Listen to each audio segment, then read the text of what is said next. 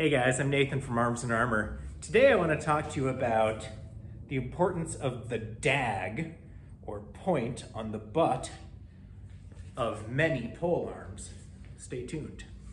So, this is our Burgundian pole hammer, right? Ash haft, steel langets, hardened edge on the axe side of the hammer, this four-pointed hammer, and with a spike. Now, polearms are really interesting. If we look at the manuals for how they were used, you're not mostly holding it way out at the end and clobbering someone from far away, kind of, Bohert style. There were times for that, but if you're actually trying to kill someone and they are similarly armed, the butt spike plays a really important role. And it's not just because this is going to kill them.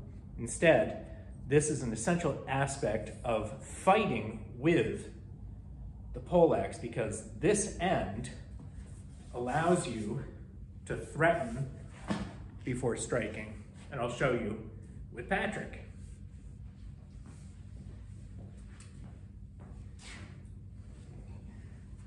All right, so first of all, I'm just going to do some little demonstrations on him, holding some chainmail.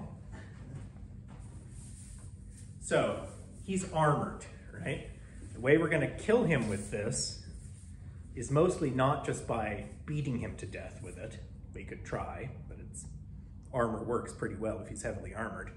Instead, right, you're trying to gain the weak spots in his armor so you can disarm him, kill him with a dagger.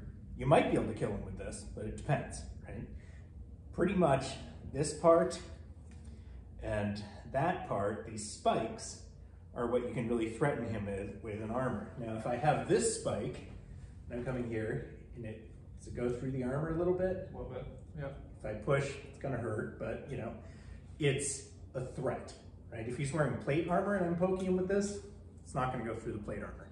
You're looking for the mail, and this grips the mail, penetrates it, has a chance of breaking it. So does this, right? This end. Now it's shorter, and you say, why would you ever attack him with that shorter spike when you have that longer spike? It's because he's not just gonna stand there like an idiot and let me repeatedly stab him. He also has a dangerous weapon. So I have to provoke him into making movements and changing guards so that I can bring the deadlier side of the weapon to bear, which we're gonna do with weapons that are not sharp. We're gonna use a stick so you can see, so that no one dies. Yet.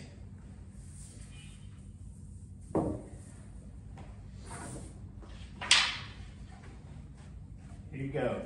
The end that is up. Imagine there's a pole hammer head on it, and the end that is down, imagine that there is a butt cap with a spike, right? So if I come in and I'm just trying to wail on him like this, it doesn't really work, right? He's gonna wail on me too. We're just gonna sit here smacking at each other and get tired and concussed, right? Instead, what I want to do, I'm gripping this, right? I can be in an extended position where the butt spike is threatening him. Now, where is it threatening him? Well, it's threatening him to the palm of the hand, right? If this has no butt spike on it, and I whack him in the hand, he's like, ow, jerk. If it has a butt spike on it, even if he's wearing a gauntlet, this goes through, right? That causes him to have to defend his hands. There's two ways, right? You withdraw your hands or you move them, which is great because it leaves his face undefended, right? So I've forced him to change guards so that I can threaten his face. When I threaten his face, he is going to parry, right? And since he's just parried this, the heavy end is back here, right? Which means I can try and strike him here again.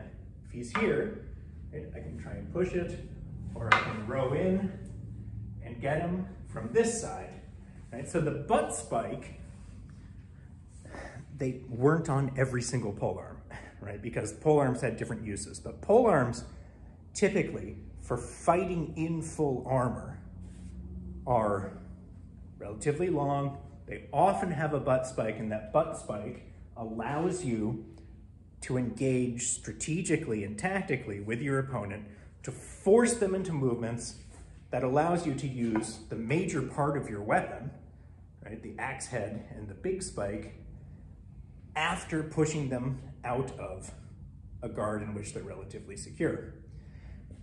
If you want a butt spike on your polearm, email us and we'll send you a quote. We're thinking of mocking it up into an option that'll just be priced on the website and stuff, but for the moment, you can just drop us an email with an order. I'll show you these 2 spikes right now. Thank you, Patrick.